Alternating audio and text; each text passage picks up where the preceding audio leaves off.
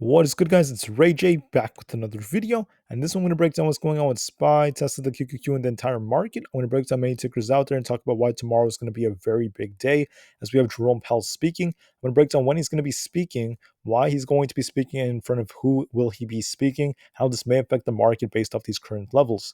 I'm also going to break down when earnings are coming out and why you should be very, very ready for more volatility in the markets. Before I break anything down about all this information, let me just mention a couple of things. Firstly, I'm not a financial planner, so take none of this as financial advice. And also, if you guys can, please smash the like button if you want to see more videos like this. It not only benefits me, it benefits the entire community as a whole. And finally, don't forget about the Moomoo link. The offer ends very soon. Put in $100 and you're guaranteed 5 free stocks with a $100 cash reward with additional benefits. The offer ends in just 10 days. Check it out before they run out. With that out of the way, let's get on with the video. All right, guys, so what's going on with the markets? In the morning, I released a video and I told you guys that the market likely had a move to the downside coming. Now, if you look at open, SPY opened up very close to this like 438 level. So right about here, it pumped all the way up to 438. Then we got this like drop, almost a 1% drop, all the way down to about 435. So the drop did come. However, the market ended up getting a lot of buyers that stepped in, and the market ended up pumping temporarily before closing a little bit in the red again. SPY closed red and so did the QQQ. And the question is, will the market turn green tomorrow and start pumping more, or will the market get another big rug pull by Jerome Powell? Well, that depends heavily on what he says when he ends up speaking. Before I talk about Powell, I just wanted to address something very important.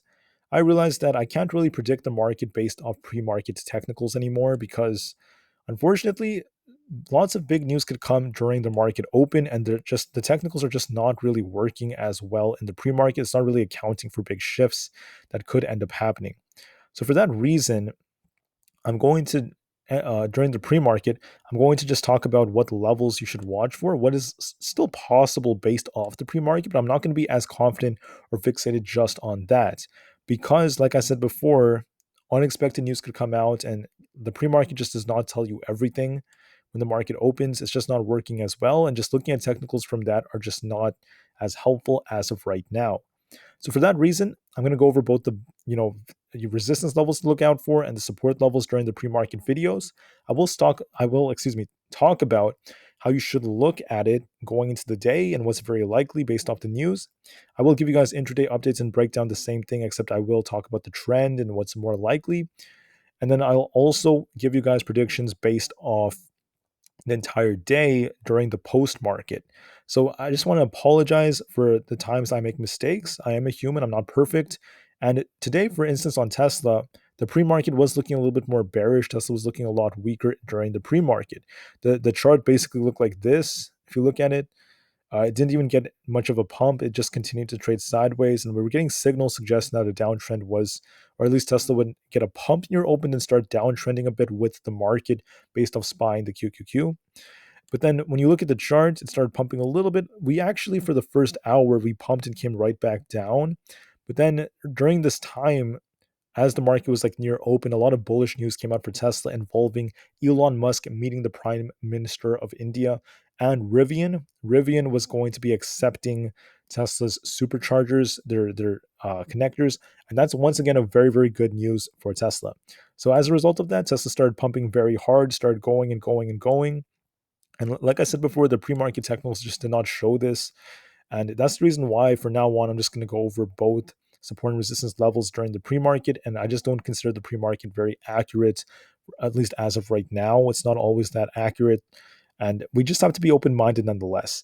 But I will still talk about the future of the market and what I do predict is very likely to happen once there's more and more signs that the market's going to subside from all of these capricious events.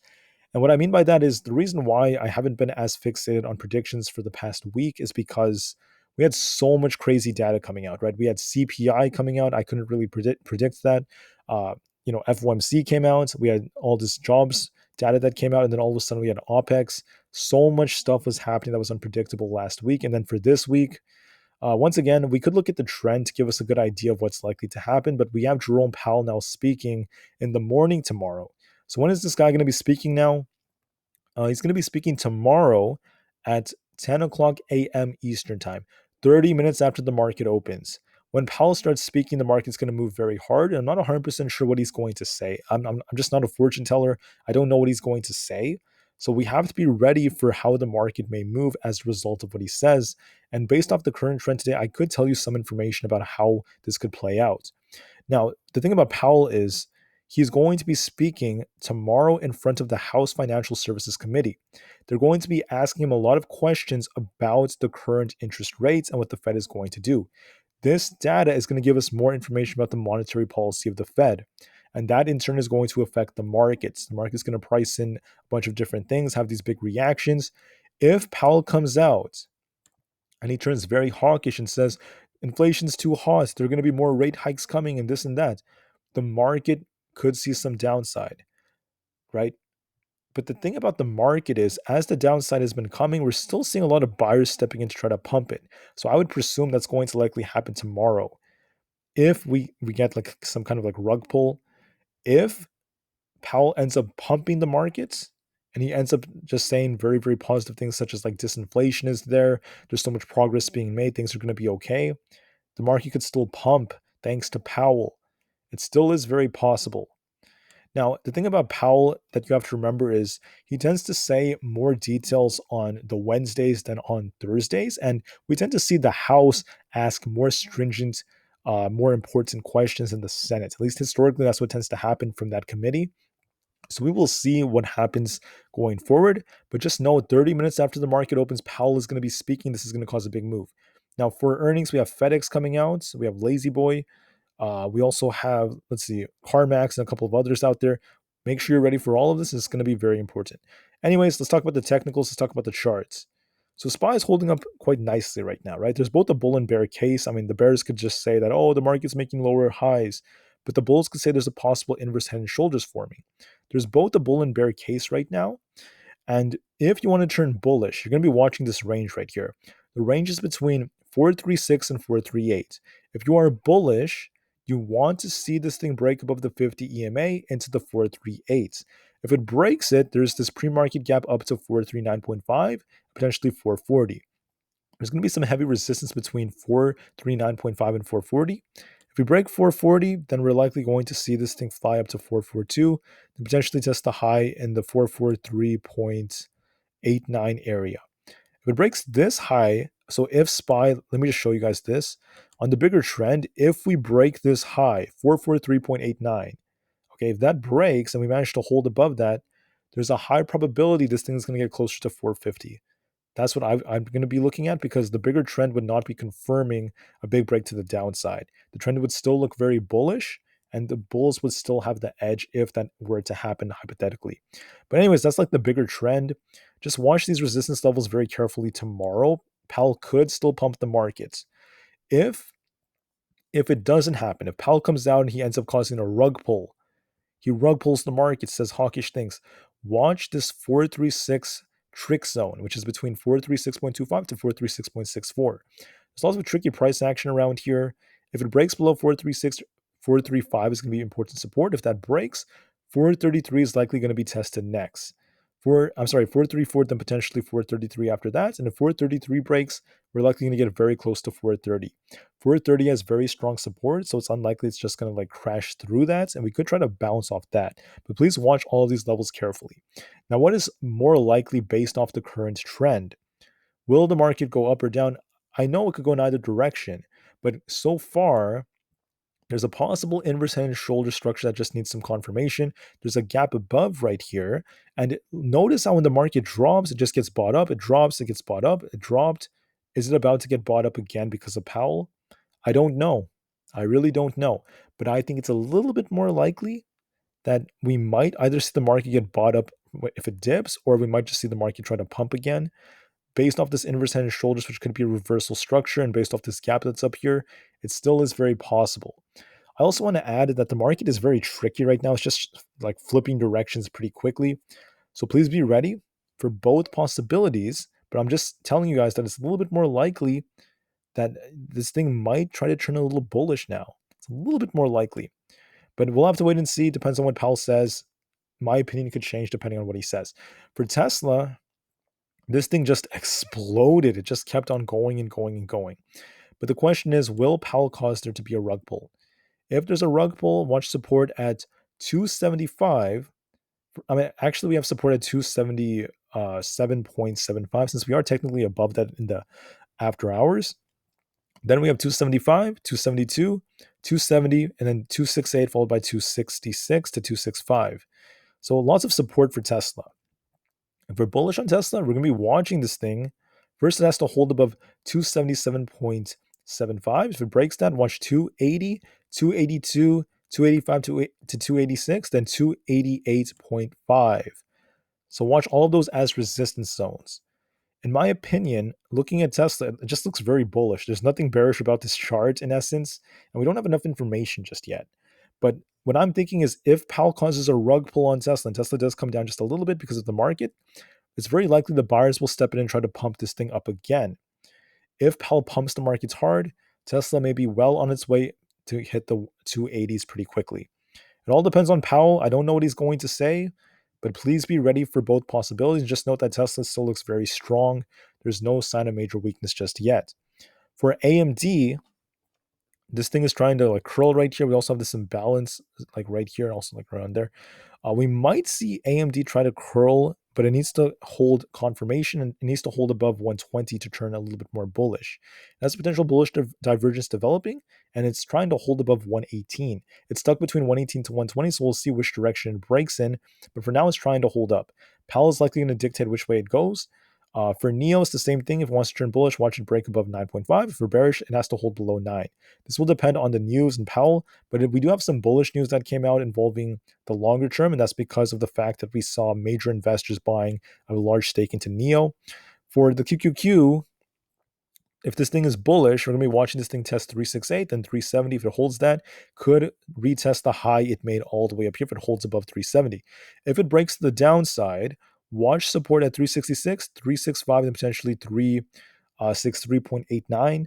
We have to watch all of these different levels. In the pre-market, I told you guys that the QQQ looked a little bearish, and you could see it technically closed red today, and it did drop in the morning. It came down to 363, the zone I called out, but it got a nice bounce intraday, especially because of Tesla getting a very, very nice bounce and holding up nicely. Tesla helped this thing pump a bit.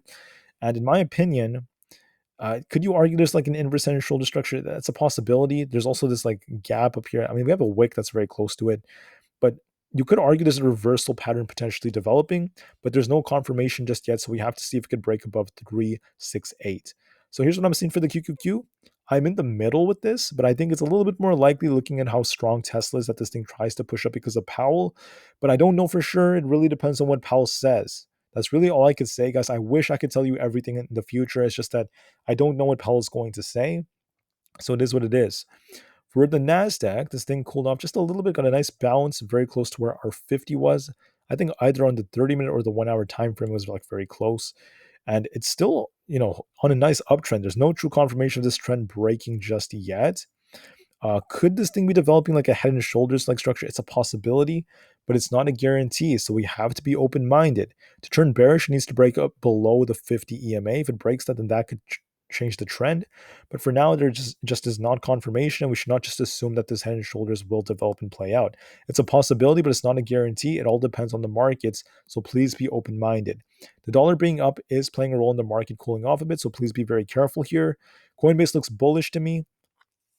Looking at the 4 hour time frame, we have a lot of imbalances above. It's going to likely make its way closer to $60 or get very close. We have this imbalance around this like almost 58-ish level, almost 59. It's going to likely try to get there. And then we have another one closer to like 63. For now, let's see if this thing can break above 60. It looks bullish from a technical standpoint. Powell may cause more volatility for it, like lots of sideways price action. But overall, the trend is still looking very strong. For Aapl, Apple's holding up nicely. If it's bullish, watch 185, 186, 186.5, then 187.5. That's zone as resistance. If it breaks to the downside, you're going to be watching support all the way down to like 184. And then after that comes 182.65, followed by 180. Right now, Aapl is downtrending a bit. Overall, it does not really matter.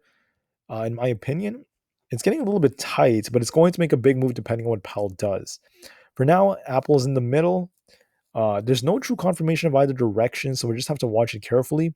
If you're bearish, it needs to break the lows it made in the pre-market, so get below 184 and just continue to hold below that. If you're bullish, you want to see this thing break above 186 and try to hold it. For now, it's just in the middle, so watch that carefully. Nvidia has a bearish divergence developing, but there's no confirmation of it playing out just yet. If Nvidia gets a big rejection, then we might see this thing make a somewhat significant move to the downside, maybe a minor one. But for now, it's not doing that. There's no confirmation just yet. It has resistance at 440. If Powell pumps the markets, we can see 440 and potentially 445, then 450 on Nvidia. It is a little bit overextended though, so I'd be careful. If it breaks to the downside, watch 435-ish as support. If that fails us, the next major support is going to be closer to about 430. And if that fails us, we have the mid 420s coming after that, then potentially 420 as the next support zone. With that said, Nvidia is still looking pretty decent, still holding up quite nicely. The trend is still a little bit more bullish. It's still holding up, but we'll have to wait and see because I want to warn you guys there is a bearish divergence developing technically. And this could be marking a top soon, but it's not a guarantee until we get confirmation. So it all depends on Powell. We'll see what he says. Basically, Google and Amazon are both getting very tight right now. There's not like a major move being made. So just be patient on these.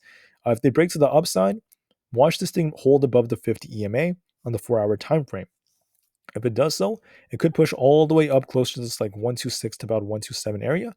If it breaks to the downside, if Powell causes the rug pull and this like very big tightening trend from the wedge develops, watch 122, and if that fails us, watch 120 flat.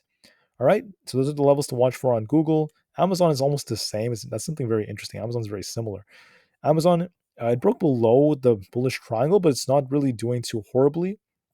If it's bullish, watch this thing try to retest 127. If it breaks this backtest and continues going, 128 then 130 are going to be resistance. If it breaks to the downside, watch the 50 EMA as support in the 4-hour time frame. If it breaks below 125, it's going to likely come down to 124. If that fails us, watch the 122 support followed by 120.63. For Meta, it's a little bit green in the after hours. It's holding up very, very nicely. But the problem with Meta is the fact that it's going to be hitting some major resistance. If Meta could break 287.5, if it continues to pump thanks to Powell, it's continuing to get bought up quite nicely. So if it does pump more, it could make its way up to like the 290s. If it fails to do so and it gets a rejection, support is going to be closer to these levels. Let me just call them out. We have some support closer to like the 280 level being the major support. We have 276, 272, 269 after 270. Watch all of those levels as support. For now, it has a potential bullish structure, like almost like a bullish triangle developing. And the technicals are looking a little bit more bullish on Meta, but we'll see what Powell says first before we once again confirm anything. We'll see what Powell says. We'll see if Powell continues to pump the markets or not. And until then, we will be very patient. The S&P 500 and SPY looks like it may have an inverse head and shoulders developing and may start to get a push up. We don't know for sure. It all depends on Powell. So please be open-minded. Please be patient. All right, guys. So thank you all for listening. Have an absolutely great day. I do apologize to you all sincerely for the mistakes I've made in the past. I'm not really a fortune teller. I can't really, see all the news that comes out immediately. And for that reason, I'm just going to always try to be as open-minded as possible because big news could come out at any given moment. And during my pre-market videos, like I said before, I will talk about support and resistance levels. I think that's been very helpful for a lot of people. I will break down the trend, but like I said, the pre-market is just not very accurate at calling out what's going to happen intraday. Intraday, I will talk about the trend a lot more. Intraday, it's a lot easier to do that. And I will break down what is likely going to happen based off support and resistance. I'll do the same thing post-market, but in the post-market, I will talk about what's still more likely. As of right now, Tesla's looking very strong, so it's very likely that dips that come will lead this thing to getting bought up or it will just continue pumping. Still looks very strong and it's very likely it's going to continue on this trend going into tomorrow, at least try to hold up at the very least. But this will depend on Powell, so just be very ready. All right, guys. So thank you all for listening. Have an absolutely spectacular rest of the day. Remain calm, cool, and collected, and I'll most definitely see you guys in the next one. Tesla in the market to the moon as the long term is still incredibly bright. And peace out.